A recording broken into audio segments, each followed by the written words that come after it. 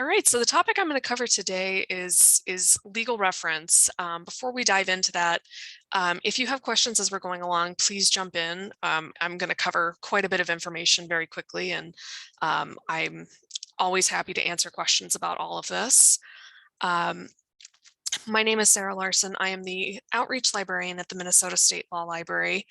One of the functions that I have as part of my job is working with public librarians and making sure that people are aware of the services that we have to offer to support you and your patrons. So I'm really excited to be here to give you a little bit of background about legal reference and legal resources that are out there. And please remember, as we're going through this, you can always contact us and ask us questions. We are so happy to help in whatever way that we can.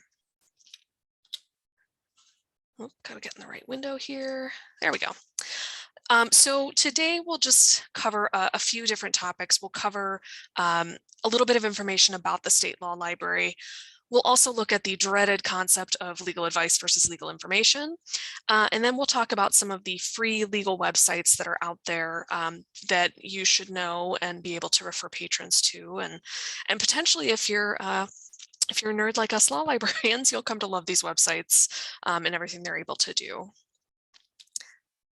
So a little bit of background about the State Law Library. We have been around since 1849. We were actually established by the same act that created the territory of Minnesota, which is not really relevant to anything, but it's a very cool fact that we love to share. Today, we are part of the Minnesota Judicial Branch, and we have one of the largest legal collections in the state. The University of Minnesota system is the only one that eclipses us in sheer number of volumes. We have a number of rare legal materials in our collection, and our collection is geared towards Minnesota-specific materials. So even though we're part of the judicial system, we are open to everyone. We serve court staff and judges, of course, attorneys, other branches of government, but we are open to the public. And it's very important to us to serve our public patrons. That might include people who are representing themselves in a court case or just trying to do some research about what the law is in a particular area. We're happy to help all of those folks. We also have programs to assist inmates in Minnesota prisons, and I'll talk about that a little bit more in just a second.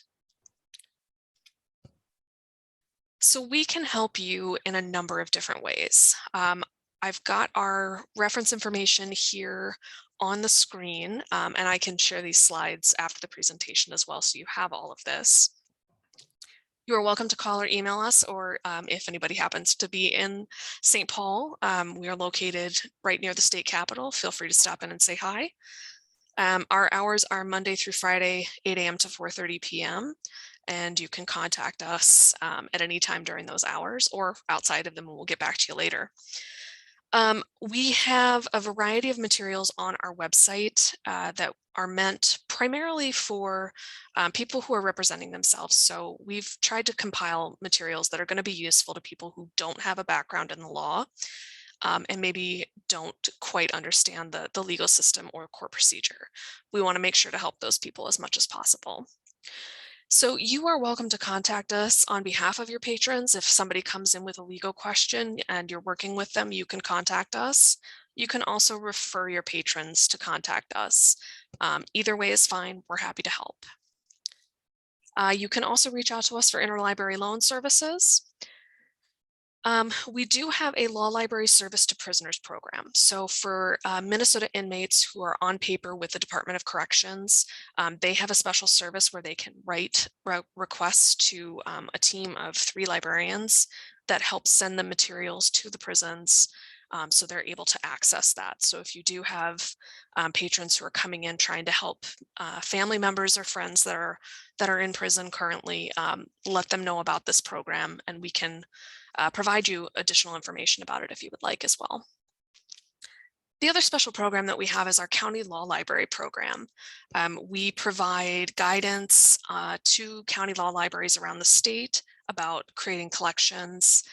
We prepare some materials for them, and there are a number of libraries within the Plum Creek system that we actually visit on a regular basis. So you've got some really nice little county law libraries nearby if people are looking for more in-depth legal resources. One other resource I want to make sure you're aware of, we do have a LibGuide for public librarians specifically. A lot of the information that I'm going to cover today is in this guide, so if you need to refer back to it, please feel free to do so.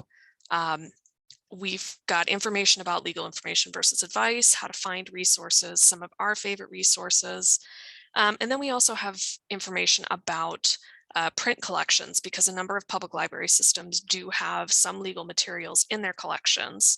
And I did check the Plum Creek catalog before this, and it looks like you do have a number of the NOLO books, which are great resources for people.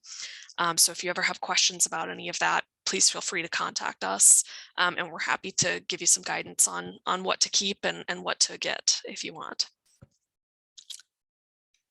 And I'll just give a quick shout out to the county law libraries that are in your area. There are county law libraries in each of the courthouses in these counties.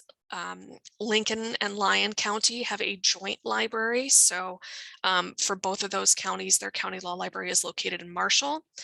Otherwise, you can find the law libraries in the courthouses in these areas. The Nobles County one is probably the largest, but Cottonwood and Murray are extremely well maintained.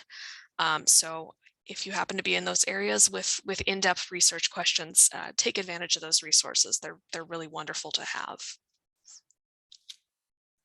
All right, so let's dive into the dreaded question of legal advice versus legal information. And I know this is a subject that scares a lot of people when they're getting legal questions. You don't want to cross the line into legal advice. And truthfully, it can be a bit of a tricky line. If you're ever unsure, please feel free to reach out to us. We can give you some guidance on whether something has crossed the line, or if you would just rather step back and not handle it, contact us and we can help. We're happy to take on those questions. Since we deal with this issue every single day, we do become a bit more expert in it. As a general rule, legal information is perfectly fine to give to patrons. So directing people to resources, teaching them how to use the resources, and referring them to organizations that might be able to provide additional help. All of that is great. Legal advice is something that we want to avoid, and that essentially involves telling someone how they should handle their case or what a court would do in a legal situation. Or when people come in and ask, is this legal? Answering that question as a yes or no, that would be legal advice. So some additional examples of what we have, what would be considered legal information. If you're helping a patron find court forms, but not telling them this is the form you need, this is that's fine. You can help them locate the forms, and we'll talk about some of the places you can go for those in just a little bit. You can help people find statutes, ordinances, cases, anything along those lines, without telling them if something applies to an individual's personal circumstances, but locating those materials and letting them take it from there, that's all perfectly fine.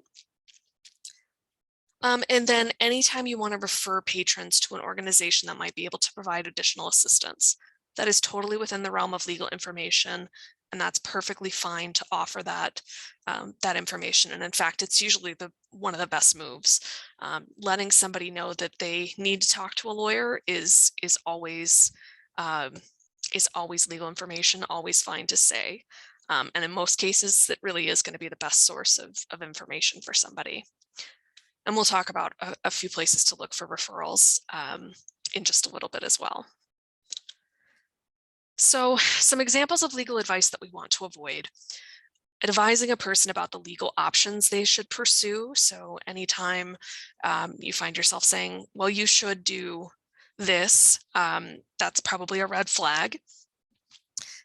If you're trying to tell somebody, which court to bring a case in, or telling them how long they have to bring a case, those should be immediate red flags.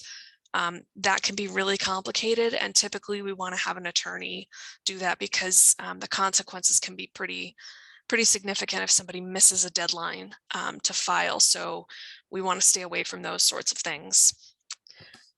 And then this last one is kind of becomes a gray area in a lot of situations of explaining what a statute means or whether it applies to the patron's situation.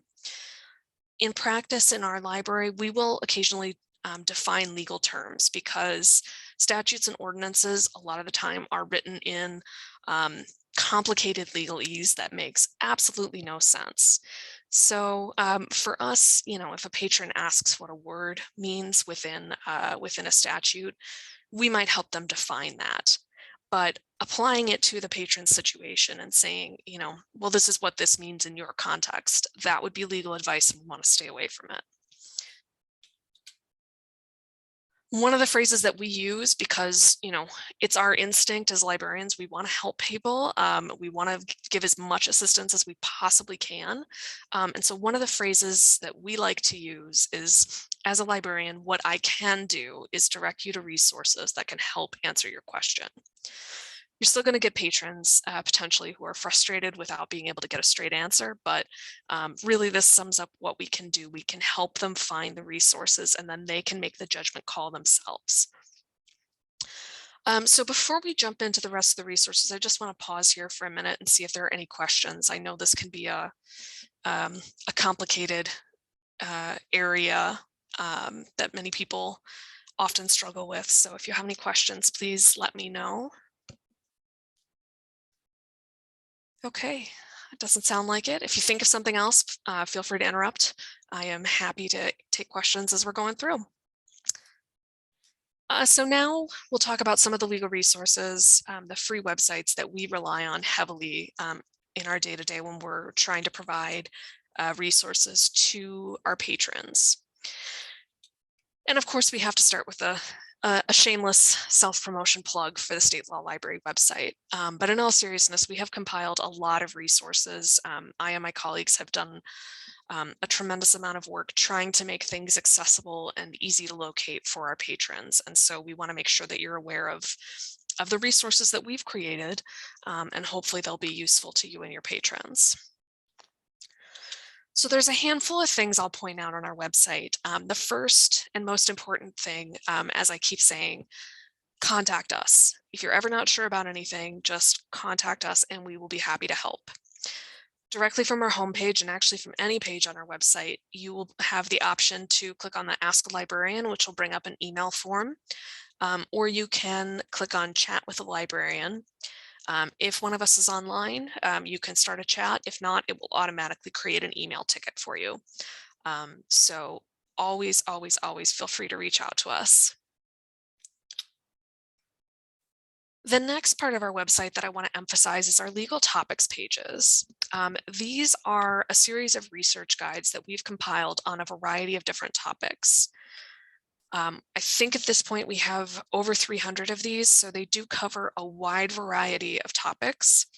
And we've tried wherever possible to make this index accessible, not just by the legal terminology that people, that statutes and courts are currently using, but also by the terms that regular ordinary people are saying.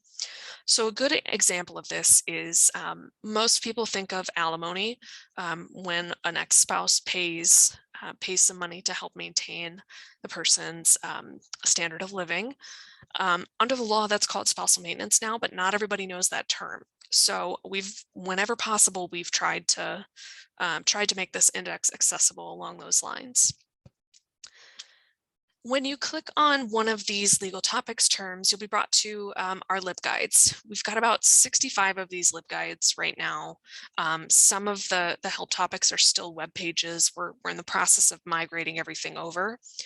But what we've tried to do on our LibGuides here is bring together the statutes, the court rules, and reputable online resources that cover this topic. So you can see on this page, we've got our statutes at the top, and then we've got some resources related to spousal maintenance and real estate. And then we've got, if we have any publications in our collection on this topic, we'll list those on here as well. So some of the other features that all of our guides have are the Forms tab. So on this page, if there are court forums on a particular topic, we've included them here, along with as descriptive of headings as we can possibly give them. Not all subjects have court forms available, but where there are forms available, we've included them on these guides. And so we've got a bunch of different categories for divorce. We keep scrolling down, then you'll see the spousal maintenance, the property, child support, all of the different topics. We've tried to put everything in one place. The other tab that all of our LibGuides have is the legal help tab. This page pulls together referrals to organizations that assist with this kind of case. There are lots of different kinds of organizations out there that assist people with legal questions. Some of them are geographically limited, some of them are limited by legal topic. So the one thing that we've done is on these legal help pages, we've only got resources that actually help with this type of legal issue. If there are financial limitations on services, or if there are geographic limitations on services, we tried to note those here. And we'll talk in just a few minutes about the other way to find resources that are more localized for you. But just know that every guide is going to have these resources. So to find referrals that are more localized to your community, you can choose legal referrals by county from under the quick links on our homepage. You can also get to this through the research links option on our menu bar. We have compiled one of these referral sheets for all 87 counties in Minnesota. So every county has a sheet that combines all legal resources that operate in that county. We've organized it by categories. The general information, so legal aid and lawyer directories, are always going to be at the top. And then we've got the more specialized categories. So if you click on one of these categories, for example, veterans, you'll see here that for the Lyon County sheet, we do have resources specific to Lyon County on here. So all of these are going to look a little bit different. Some of the resources are going to appear on every guide, but if there are services available in each county, we want to make sure to include those, and we want to make sure that everything that gets included on here is actually something that could potentially help someone in this county. We don't want to send people on a wild goose chase. We want to make it as easy as possible for them to get the help that they need. Again, on these sheets, we've also included contact information, and if there are any restrictions on subject matter or financial restrictions, we made sure to note those as much as possible. And I'll also add, if you are aware of any organizations providing legal assistance that are not on the lists for your counties, let us know, because we're always happy to be able to expand these and offer additional resources. One of the things, we won't link to individual attorneys. We do stick to organizations rather than referring to an individual person. But if you're aware of organizations or clinics that are taking place in your communities, let us know and we'll make sure that the word gets out about those. Another feature of our website that I want to point out is our research links. Under research links is ordinances. This is one of the most common questions that we get. A lot of people will ask about, what are the parking rules, or what are the snow removal rules? All of those sorts of things are covered in local ordinances, and communities across Minnesota are now making these available online pretty easily. So some of the more common topics that are covered here are the things that affect people's everyday lives. Animals and pets, curfews, parking, snow removal, and then zoning issues, and things like building permits. All of that can be is usually covered at the city or county level, and those can have a real impact on people's lives. So if people are asking questions about those and want to find the ordinances, they can visit our ordinance page. I will not pretend that this is a completely exhaustive list. I am sure we have missed some communities that have brought their ordinances online recently, but we're doing the best we can to make sure that we have all communities that are that we're aware of that have these online resources available here. So it's an alphabetical list. You can find your city, and things might appear in a couple of different ways. So for some of the larger cities, Worthington, for example, is using an external publishing organization to make their ordinances available. So there's a few different things you can do. You can search here, or you can just browse through the content. And then once you find what you're looking for, you'll be able to view the section, and then any update information is usually at the end of it. In other cities, like for example, Wyndham, it might be just a PDF on the city's website. All of these would still be valid, still be helpful for people. So just keep in mind that if somebody is looking for those ordinances, chances are you'll be able to find them online. So that's everything I wanted to cover for our website. The next website that I want to make sure you know about is Law Help MN. This is a terrific website. It is created and maintained by Legal Aid.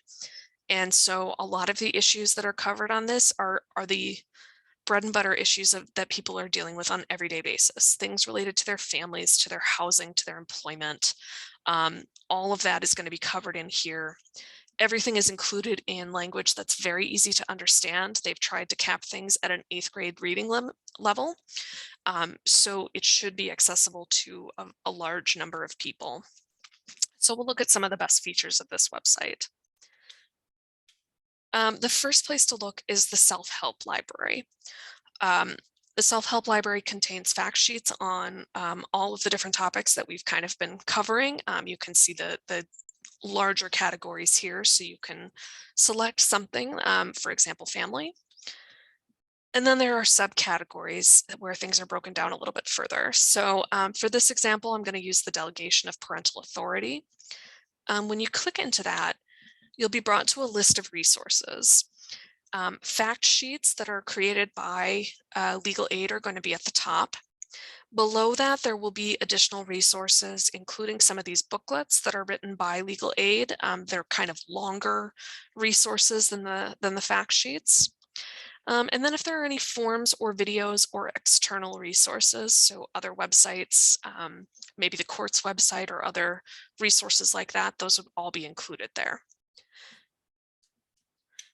So to give you an idea of what the fact sheets are like, this is how they're set up. They're typically set up as a question and answer format. On the left side of the screen, you'll see that there is the ability to view or print these documents. So you can download these in a nice, convenient PDF that's really easy to print and hand to somebody. These are really great to have on hand or be able to quickly print for people who maybe don't have internet access at home or just not as computer savvy. It's great to be able to give them the print option in a nice format that's easy for them to read. Below that, you will also have the box for other helpful resources on the topic. So if we expand one of these, you'll see that there's just a quick answer written in as simple and plain English language as possible.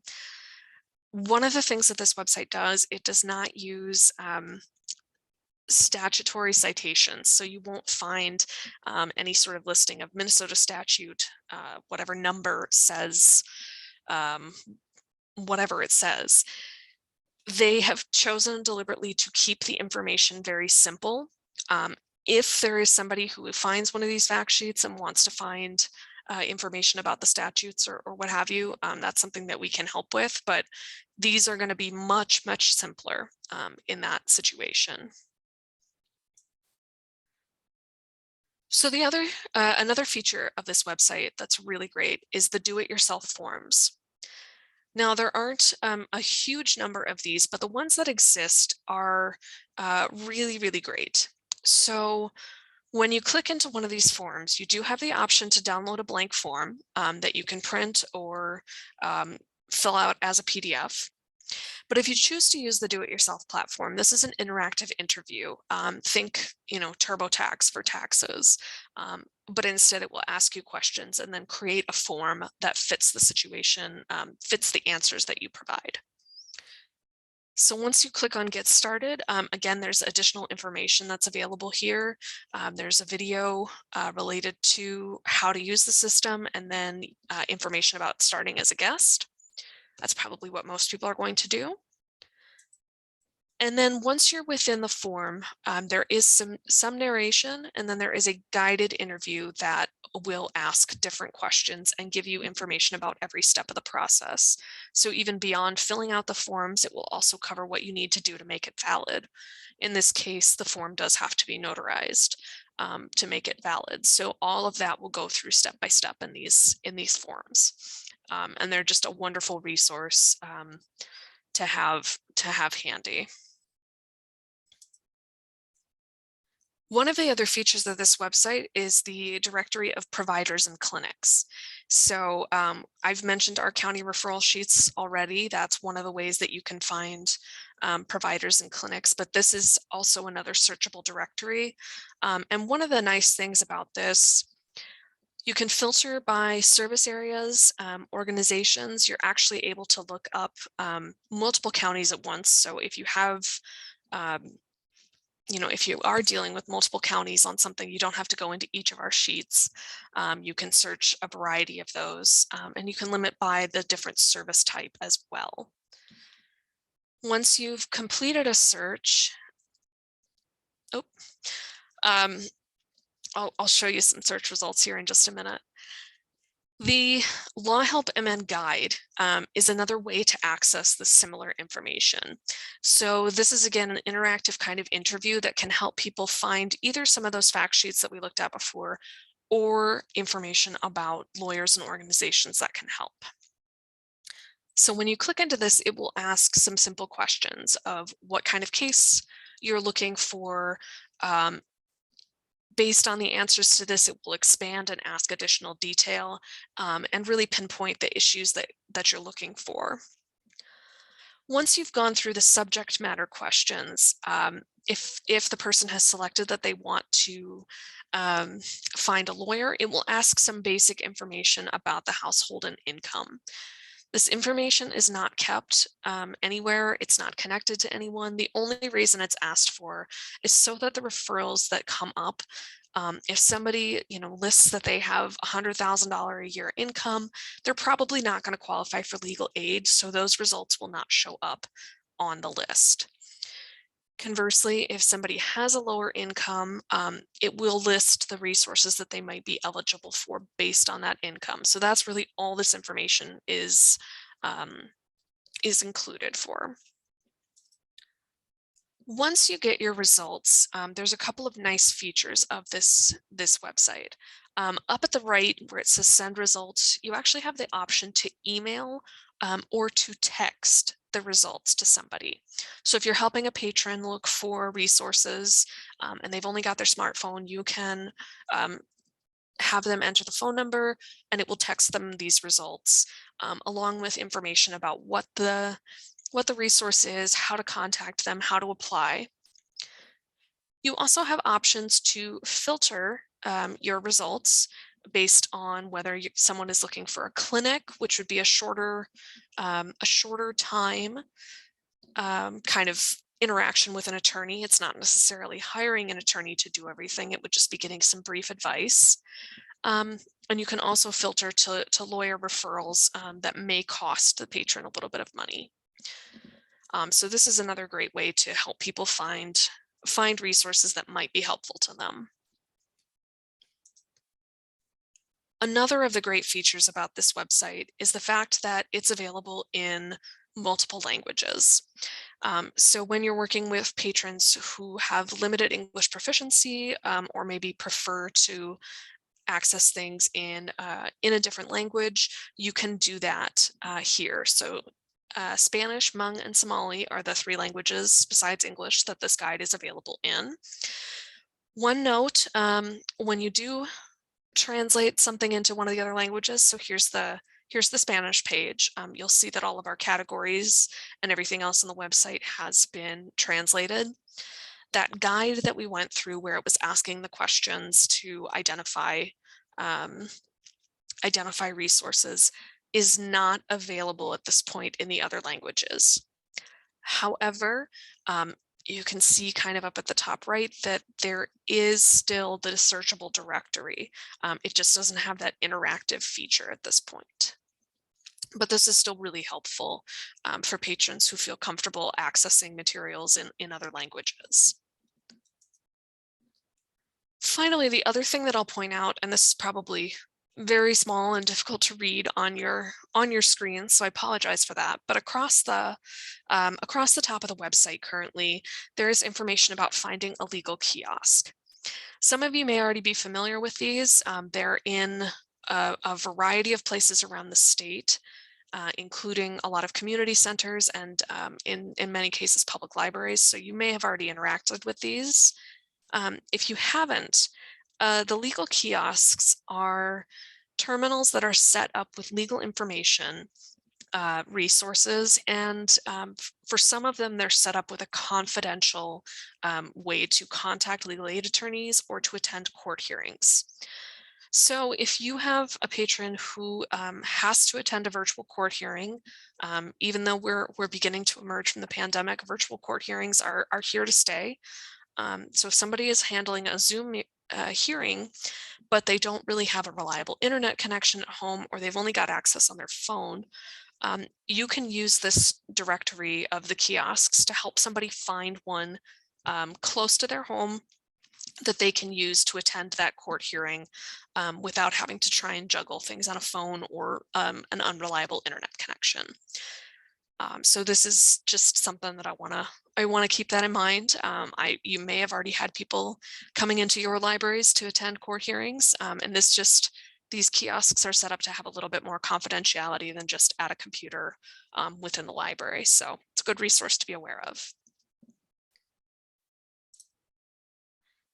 The next website we're going to talk about is the court's website. And I'll just pause for a second if anybody has any questions up to this point.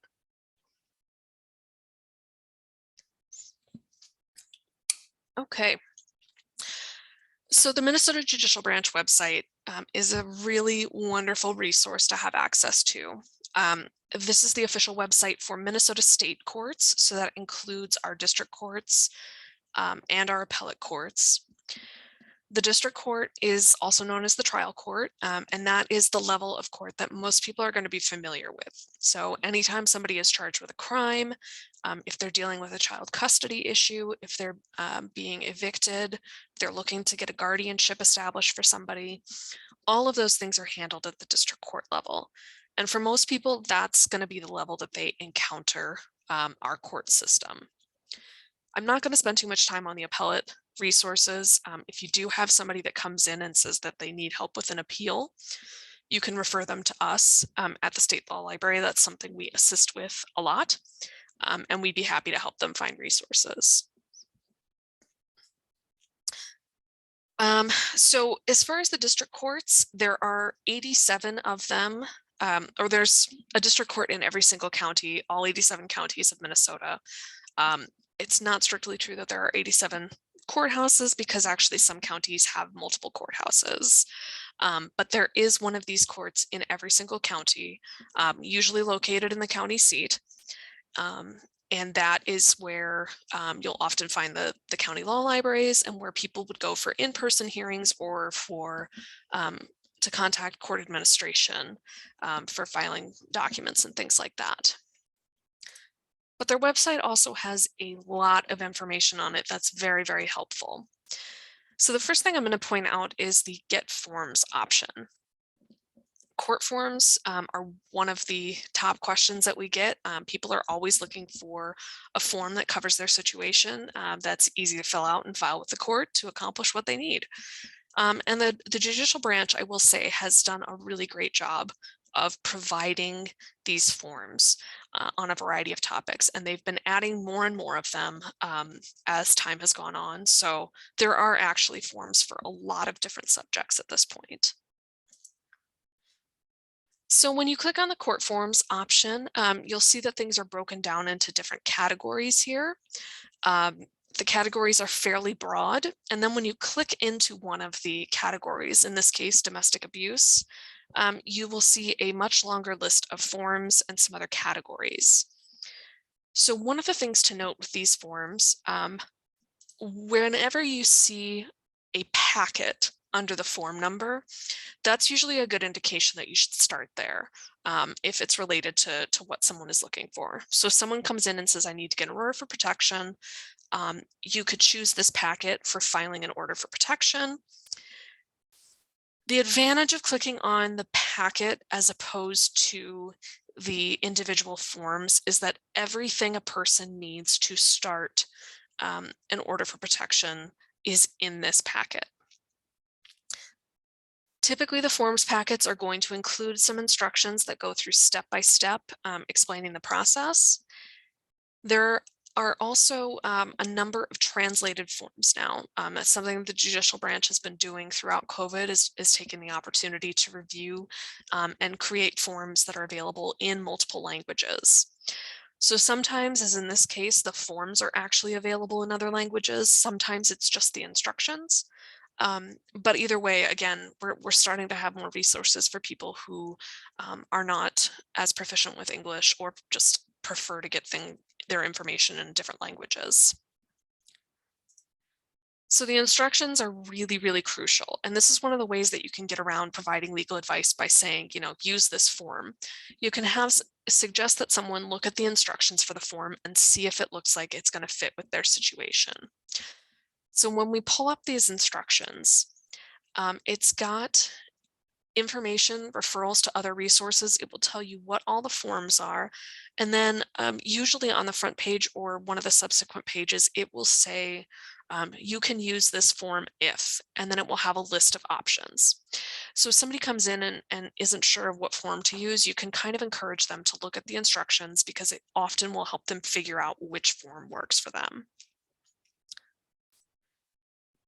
Later on through the form packets, they will go through these questions page by page, question by question, and give you some additional information. A lot of the forms have been rewritten and revised so that they are in more plain English, simplified language, but there are still some legal terms in here, and that's kind of unavoidable. So, so the instructions can help clarify some of those issues.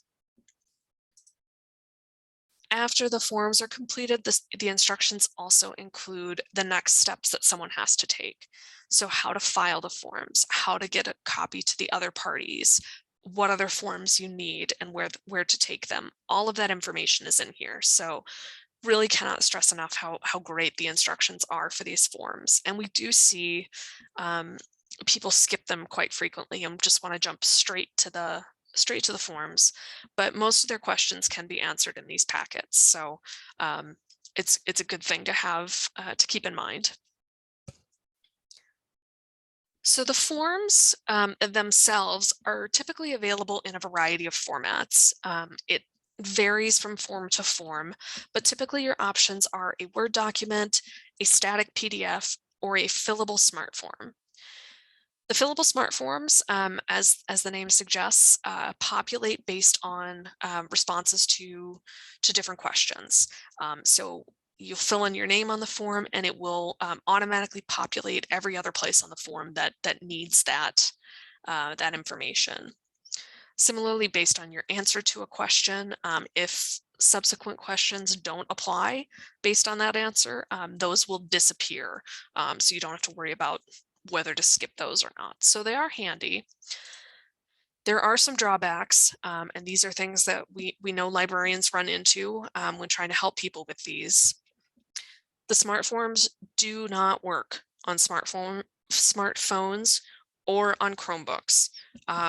You have to have the Adobe Acrobat or Adobe Reader version 8 or higher, and those it simply doesn't work on the smartphones and Chromebooks. The forms also don't really work in Chrome or Safari very well. To get around that, you need to right-click to download the file, save it to a desktop, and then open it through Adobe to be able to use it. If you've got other browsers, great, they should be fine. So this is what the forms look like here. You'll see that you've got a series of blue fields, and this will give additional information. As you fill this in, things will disappear and rearrange. So for example, once you've put in the county, it will automatically populate your judicial district. Once you put in a name, it will automatically appear in every other field where that information is required. At the top, again, that's probably quite small, I apologize. You're able to save for editing, prepare it for e-filing, or just print the blank form.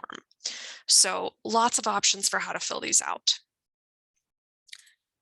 For some of the forms, there is another option as well, and that's called Minnesota Guide and File.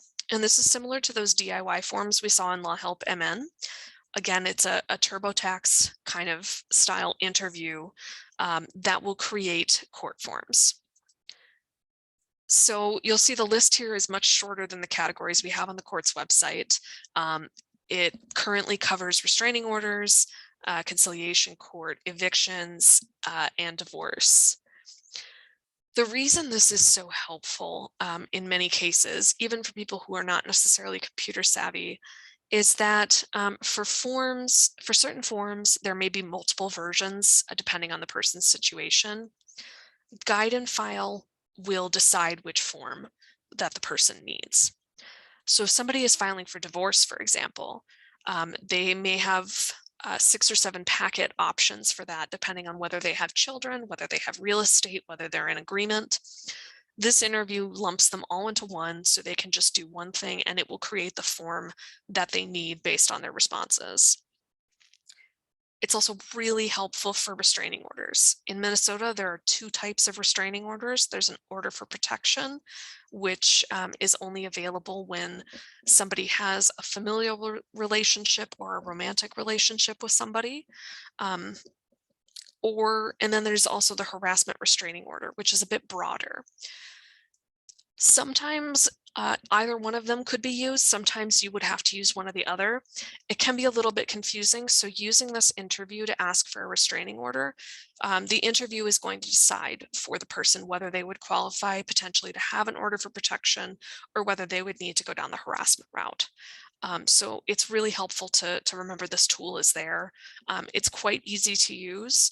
So if you do have people who need help, it's pretty self-explanatory. So getting into the interview, one of the things to note is within this box here, you'll want to have the person sign up to save their work. That way, if they have to leave or if the computer times out on them, they'll be able to access the information and not lose everything that they've done. The information is below that is also going to vary depending on the interview. It will refer to additional resources that can help with this type of issue. So once you get into the questions, again, you'll see that it's very similar to what we saw earlier. It's very similar to a TurboTax type thing. It'll ask questions, and then based on that, it will populate the answers to the form and decide which questions need to be asked as well. And that will, at the end of it, you'll have a downloadable PDF that they can either e-file or print and file just as a paper document. So this is a wonderful resource to have access to. The judicial branch website also has its own research guides, and these tend to be oriented towards the practical realities of going to court in these issues. So they're really useful, particularly for those issues that come before a court a lot. So the help topics page is arranged alphabetically. Again, it's just another index here, and each of the guides is organized into a series of tabs. So I'm using the small claims court entry as an example here. They will always start with an overview. Each of the pages now as well has a definition section, which defines some of the terms that keep appearing. The definitions, by and large, are pretty good. They're usually written in fairly understandable language, not a lot of legalese, but with some of these legal terms, it is a little bit harder to avoid. But these are really helpful if people are not sure what all the terms mean. All of these pages are also going to have FAQs. And these can be very helpful. They're typically pretty short, pretty easy to understand. The difference between these fact sheets and the ones that are on Law Help is that the court's website does cite to statutes. So if that's of interest to a patron, this is a good resource for that. Each of these also has a forms tab. And so we already went through the get forms area of this website, but there's a forms tab on each of these guides as well. And sometimes it can be easier to go through the forms tab here. You can see that we've got a little bit of narrative description rather than just the titles of the forms and long lists of forms. It makes it a little bit more manageable. And it's a little bit easier if, somebody needs to enforce a judgment. You've got the judgment enforcement forms there at the bottom, and it explains that if you're going to docket or satisfy, or if you're claiming exemption from, or you want to collect on a judgment, all of those different situations will be covered under that category. On the Get Forms page, you could go to that. You could go under judgment, and it would list all of the different forms. But this can sometimes be a more accessible way to get into those. So be aware of that, especially when you're dealing with family issues. There are different forms depending on different situations, and this forms page can help explain the different types of forms that might be available and help people choose. Finally, each of these is going to have a tools and resources page. The judicial branch has published a number of videos, both about how to handle court cases and what to expect when they're actually in court.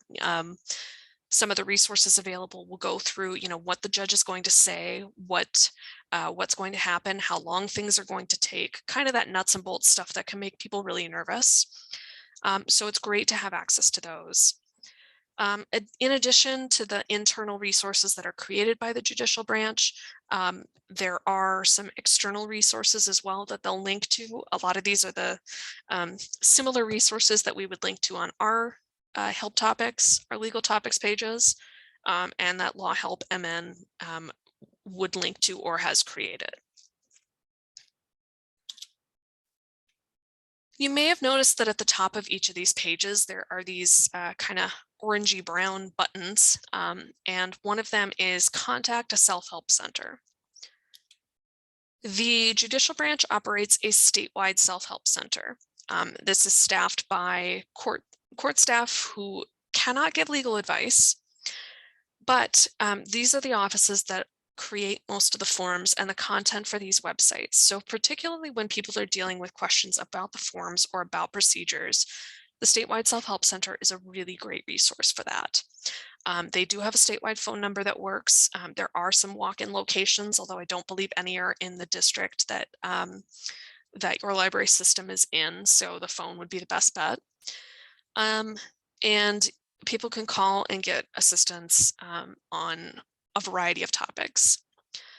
We at the Law Library have a very good relationship with the self-help centers, where we refer business back and forth to each other all the time. So you can still feel free to send your patrons to us. And if we think it's a question the self-help center can handle better, we'll refer them on, or vice versa. If they contact the self-help center and it's a question that really we need to answer, that's something that we can do. In addition, on this page, there is a tab for legal advice clinics. So again, most of this information is going to be captured already either in the Law Help MN directory or on our county referral sheets, but it's just another way to get to information for each county. And there'll be information in here again about the types of services, location, fees, all of that kind of stuff. One of the other things that we do want to just briefly point out on this website is how to access case records. So accessing case records in Minnesota has historically been a bit of a pain, but recently things have gotten a bit better. So one of the options to access case records is at a courthouse. There are terminals available at every courthouse in the state. This provides access to documents from 2012 to the present. It kind of varies by county when e-filing went live. Older documents, you would have to contact the court where the case was heard. And these trial court records at the courthouse provide access to certain types of information that are not available remotely. Minnesota did not used to have a way to access court documents remotely. But last year, in the wake of the pandemic, the courts launched Minnesota Court Records Online, which offers access to certain case types and documents. So records are generally available from July 2015 to present. There are some pretty notable exceptions for the types of cases people cannot access. So protective orders, orders for protection or harassment restraining orders are not available in this system. Child protection cases are also not available in this system. One of the other things, a lot of times people will search for names to see what criminal cases come up.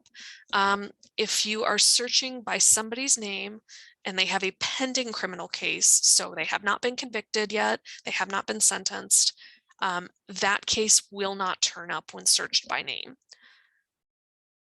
The other big area of exception is in family law cases. So family law cases are available in this system. But people are only able to access documents that are created by the court. So probably the most common records request that we get is accessing a copy of a judgment and decree, of a divorce decree. People need copies of that for all kinds of reasons, and those are available in this system. So if people are coming in and they don't need a certified copy, you can direct them to this website. But if they wanted a copy of the affidavit or the motion that they filed, they're not going to be able to find that without going to a courthouse. So just kind of some guidelines to keep in mind. Of course, you can always direct people if they're looking for records to the state law library or to court administration in your county. In order to actually access the case records, again, you would go to Access Case Records and choose the District Trial Court search. There are presently two options under here. So Minnesota Court Records Online is the current system. It is replacing MPA Remote above that. MPA Remote just provides information about cases, no documents or anything. If somebody is just looking for a court number, you might direct them to MPA Remote, but we won't get into all the distinctions now. Just suffice to say that the Court Records Online is where people would go to access copies of documents in their case. So of course, to get into this, you have to follow a breadcrumb trail to get through this, lots of clicks. On this page, though, you've got the option at the top to access MCRO. Also, if you scroll down, there are some user guides and other information about the types of materials that are in here. So if, for example, somebody comes in and is confused about why their court record isn't in here, you can direct them to these resources. And again, there's another button to access. Once you finally get into the application, there is, again, these user guides and information about the contents of this database. There are two options at the top for search currently. You'll want to make sure that you choose the case search. There is a document search. The person would need a court file number to access that. So I would say that the majority of the searches you're going to do are going to be using this case search option. You have the ability to search by case number. You can search by person's name or by attorney's name. All of these are available on this page, and it's a pretty straightforward, easy to use interface. They've done a lot of work to modernize the system, which is great. Contrast that with the document search page. It's quite a simplified interface compared to the other ones. So this is being released in phases. So the next phase is going to include searching for judgments and court hearings. If somebody has their court number, they can still access those details about those currently, but there will be separate searches for them. There may also be a fee added to access documents. So right now, to access documents in that system, it is free. There is no fee. There are currently bills working their way through the legislature that would remove that fee, but we're not sure what's going to happen with those yet. So just be aware that currently there is no cost to access these, but that might change. So we're almost at time here, and I just want to point out a couple of extra resources that we won't go into too much in depth, but there are some other resources that provide valuable legal information that I want you to be aware of here. For some additional Minnesota resources, the Minnesota Revisers website is, we could probably spend an entire hour delving into this website. This is the online source for Minnesota statutes, administrative rules, activity of the legislature, court rules, and constitutions. We are super lucky in this state to have this resource. The Revisor's Office has done a lot of work indexing and creating searchable databases of these materials. It's a wonderful website, and if people come in and want to search for Minnesota statutes, this is a great place to direct them. Similarly, the Attorney General's website has a lot of information on it. This is the office, of course, that, among other things, handles consumer complaints about businesses. They also publish a number of legal fact sheets and booklets on some common topics: housing issues, consumer issues, businesses, things along those lines. The Minnesota Department of Human Rights is the office that handles complaints related to discrimination in housing, employment, education. Those are kind of the main areas. Their website has, in addition to the complaint forms for that, they have fact sheets about discrimination and civil rights that are very, very helpful. So that's another good resource to be aware of. These resources are helpful to know about, but they're not necessarily Minnesota specific. So Google Scholar is an awesome option. I'm sure you're familiar with that for searching for articles, but it also allows you to search for case law. So that's opinions that are written by judges. The key to this is you want to select the case law option below the search bar, and it allows you to search for Minnesota's case law, but also for federal case law, other states, United States Supreme Court. All of those are included in there. The final 3 links on this page are all kind of online legal encyclopedias written for the general public. So NOLO has a series of legal articles. FindLaw is another option. It's a service that's run by Westlaw, which is one of the big legal research platforms. This is their public version with shorter articles. And then FindLaw also has a Spanish language website that contains many of the same types of resources. It's called Abogado, and I don't personally speak Spanish, but it does appear to have the same scope of information as the English version of FindLaw. So it's another good resource to keep in mind. Additionally, there are some print resources that can be helpful to add to your collections, or at least know how to get access to. Legal Services State Support is, again, the website that helps run Law Help MN. They have a number of booklets on family law, housing, and debt topics. Those booklets cost $7 for a print copy. They're wonderful resources to have. You can order them on their website. The Attorney General booklets are available as PDFs or as web pages on their website, but people can also order these for free. So on the website, there's an option to order publications, and anybody can get a free copy of these. A lot of the county law libraries have displays of these that people can take for free. We're able to order those booklets and make them available. So certainly keep that in mind as well. These can be another wonderful resource that are very cost effective. Some of the other options for books, the organization called Homeline provides some landlord and tenant resources that are really great. Those can be ordered on their website, Homeline. The Department of Employment and Economic Development has several books on employment law, and they also have information about starting a business. Those books are free, so those are good things to add to your collection as well if you don't have them already. And then the NOLO publications, which are pictured here, and which I know that you have several different titles within your library system. We have a list of suggested titles and some guidelines for keeping those up to date and getting rid of older versions on our public library guide. And of course, if you have any questions specific to that, I'm happy to assist with those at any time. So that was a ton of information that I went through very, very quickly. I know I talk fast as well. So if you have any questions, I'm happy to answer those now. My contact information is available on the screen if you want to reach out later. And then if you have reference questions, of course, you can always reach out to our reference desk.